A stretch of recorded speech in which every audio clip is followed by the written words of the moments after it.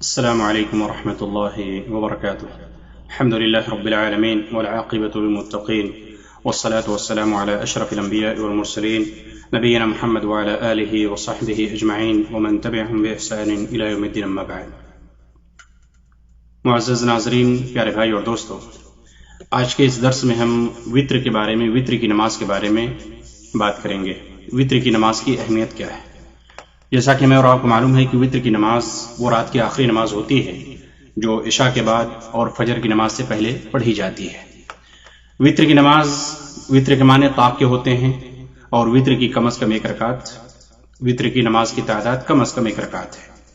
اور وتر کی اہمیت کیا ہے، آئیے چند حدیث کی روشنی میں جاننے کی کوشش کرتے ہیں. سب سے پہلی حدیث عبداللہ بن عمر رضی اللہ تعالی عنہ سے روایت ہے. وہ کہتے ہیں کہ اللہ کے نبی صلی اللہ علیہ وسلم نے ارشاد فرمایا، اجعلوا آخر صلاتکم باللیل وترا، متفق علیہ. صحیح بخاری اور صحیح مسلم کی روایت ہے کہ رات کی آخری نماز وتر کی نماز کو بناؤ، یعنی وتر کی نماز رات کی آخری نماز بناؤ. دوسری روایت عبداللہ بن عمر رضی اللہ تعالی عنہ سے ہی ہے. وہ کہتے ہیں کہ ایک آدمی نے اللہ کے نبی صلی اللہ علیہ وسلم سے پوچھا، سوال کیا رات کی نماز کے بارے میں، رات کی نماز کے بارے میں پوچھا، یعنی نفل نماز کے بارے میں. تو آپ صلی اللہ علیہ وسلم نے ارشاد فرمایا، صلاۃ اللیل مثنی مثنی، رات کی نماز دو دو رکعت کر کے ہے. یعنی رات کی نماز اگر کوئی نفل پڑھنا چاہے تو دو دو رکعت کر کے پڑھے گا. بعض روایت کے اندر آتا ہے دن کے بارے میں صلاۃ اللیل والنہار. تو اسی لیے سے علماء نے استدلال کیا ہے کہ فرض کے علاوہ جو نفل نمازیں ہیں، سنت ہیں، نوافل ہیں، وہ دو دو رکعت کر کے پڑھنا افضل ہے. تو المہم اس حدیث کے اندر آپ صلی اللہ علیہ وسلم نے بیان فرمایا، صلاۃ اللیل مثنی مثنی، رات کی نماز دو دو رکعت ہے. فَإِذَا خَشِيَ أَحَدُكُمُ الصُّبْحَ صَلَّى رَكْعَةً وَاحِدَةً تُؤْتِرُ لَهُ مَا قَدْ صَلَّى.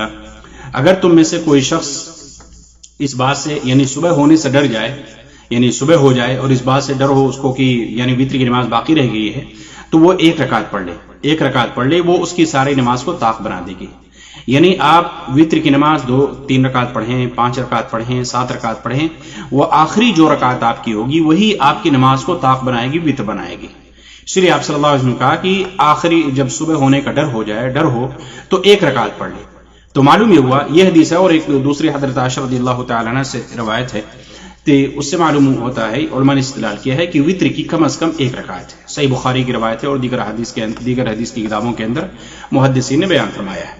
تو معلوم یہ ہوا کہ آپ صلی اللہ علیہ وسلم نے کہا کہ اگر صبح ہونے کا خدشہ ہو، ڈر ہو، تو انسان ایک رکعت پڑھ لے، وہ اس کی نماز کو طاق بنا دیتی ہے، یعنی وتر کی نماز اس کی ادا ہو جائے گی. اسی طریقے سے تیسری حدیث عائشہ رضی اللہ تعالی عنہ سے وہ کہتے ہیں کہ اللہ کے نبی صلی اللہ علیہ وسلم نے ارشاد فرمایا، اللہ کے نبی صلی اللہ علیہ وسلم کے بارے میں بیان فرماتی ہیں، کہتی ہیں کل اللیل اوتر رسول اللہ صلی اللہ علیہ وسلم، کہ آپ صلی اللہ علیہ وسلم نے رات کے ہر حصے میں وتر پڑھی، رات کے ہر حصے میں وتر پڑھی، یعنی کبھی پہلے پڑھ لی، کبھی یعنی آدھی رات میں پڑھی، کبھی رات کے آخری پہر میں پڑھی. اس کا مطلب یہ ہے کہ رات کے ہر حصے میں آپ صلی اللہ علیہ وسلم وتر پڑھی ہے، اور اخیر میں آپ کی وتر صبح کے قریب میں ہوتی. آپ کی آخری وتر وانتہا وترہ الی السحر، یعنی آخری ایام میں آپ صلی اللہ علیہ وسلم کی جو وتر ہوتی وہ بالکل یعنی صبح کے قریب میں ہوتی، یعنی سحری کے وقت میں ہوتی، سحری کے قریب. اور اسی لیے عشاء وتر کی نماز کا جو وقت ہے عشاء کی نماز کے بعد سے لے کر، چونکہ وتر کی نماز عشاء کے بعد ہی ہے، تو عشاء کی نماز سے لے کر فجر کی نماز تک ہے. وتر کی نماز کا وقت عشاء کی نماز سے لے کر، عشاء کے بعد سے لے کر فجر کی نماز تک وتر کا وقت ہے. اسی لیے حضرت عائشہ رضی اللہ تعالیٰ عنہ کہتی ہیں کہ آپ صلی اللہ علیہ وسلم نے رات کے ہر حصے میں وتر پڑھی ہے، اور آخر میں آپ کی وتر صبح کے قریب ہوتی. چوتھی روایت جابر رضی اللہ تعالیٰ عنہ سے وہ کہتے ہیں کہ اللہ کے نبی صلی اللہ علیہ وسلم نے ارشاد فرمایا، من خاف الا يقوم من آخر اللیل فلیؤتر اولہ. جس شخص کو اس بات کا ڈر ہو، خوف ہو کہ وہ رات کے آخر میں نہیں اٹھ پائے گا، نہیں بیدار ہو پائے گا، اس کی نیند نہیں کھلے گی، تو اس کو چاہیے کہ وہ رات کے شروع میں، یعنی رات کے شروع میں ہی وتر پڑھ لے. ومن طمع ان يقوم آخرہ فلیؤتر آخر اللیل.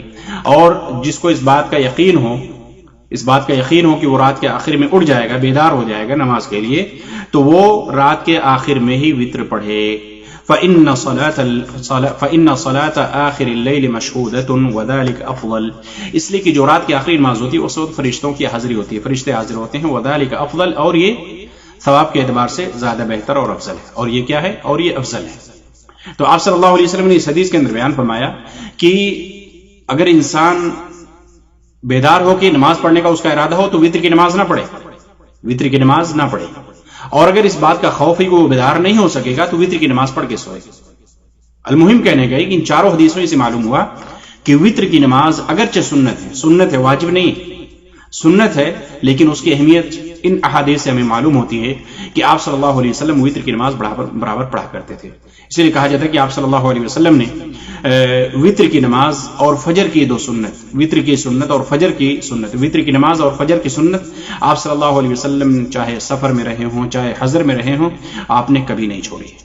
ہر حال میں وطر کا اہتمام آپ صلی اللہ علیہ وسلم کرتے تھے۔ مسلمانوں کو اس کے اہتمام کی ترغیب بھی دلائی ہے۔ جو حدیثیں آپ کے سامنے پیش کی گئی ہیں یہ وطر کی اہمیت کو بیان کرتے ہیں کہ وطر کی نماز پڑھ کر انسان سوئے، اگر وہ فجر سے پہلے اٹھ کر بیدار ہو کر کچھ رکعت پڑھنے کا ارادہ ہے، تہجد کی نماز پڑھنے کا ارادہ ہے، کچھ رکعت پڑھنے کا ارادہ ہے، تو وطر کی نماز نہ پڑھے، اس لیے کہ عشاء کے بعد اور فجر سے پہلے کی آخری نماز جو ہونی چاہیے وہ وطر کی نماز ہونی چاہیے۔ تو اس لیے آپ صلی اللہ علیہ وسلم وطر کی نماز کو اور فجر کی سنت کو سفر اور حضر میں ترک نہیں کیا کرتے تھے، چھوڑتے نہیں تھے۔ اس لیے ہمیں بھی چاہیے کہ ہم اس میں تساہلی نہ برتیں، سستی نہ کریں، غفلت نہ برتیں کہ ہم نے فرض تو پڑھ لی، عشاء کی 4 رکعت تو فرض پڑھ لی ہے، یا سنت راتبہ ہم نے سنت موقدہ بھی ادا کر لی ہے، لیکن وطر کے اندر ہم تساہلی برتیں، وطر کے اندر ہم سستی کریں، وطر نہ پڑھیں، وطر چھوڑنے کا معمول بنا لیں، ایسا نہیں ہونا چاہیے۔ وطر یہ سنت موقدہ ہے، آپ صلی اللہ علیہ وسلم پڑھا کرتے تھے، ہمیں بھی چاہیے کہ ہم وطر کا اہتمام کریں، کم از کم 1 رکعت، اگر خوف ہو فجر میں یعنی فجر کی نماز مل جانے کی، اذان ہو جانے کا، تو کم از کم انسان 1 رکعت پڑھ لے، وہ اس 1 رکعت وہ اس کی نماز کو اس کو یعنی وہ وطر بن جائے گی، اس کی جو بھی اور دیگر نمازیں ہوں گی اس کو وطر بنا دے گی۔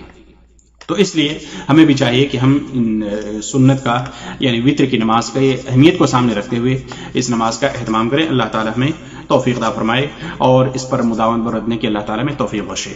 اب سوال یہ ہے کہ 1 رکعت میں 2 وطر پڑھ سکتے ہیں کہ نہیں، وطر کی نماز کتنی ہیں، کتنی رکعتیں ہیں، یہ انشاءاللہ اگلے درس میں باتیں بیان کی جائیں گے۔ اللہ تعالیٰ ہمیں اور آپ کو توفیق عطا فرمائے۔ آمین ثم آمین۔ جزاکم اللہ خیرا۔ والسلام علیکم ورحمۃ اللہ وبرکاتہ۔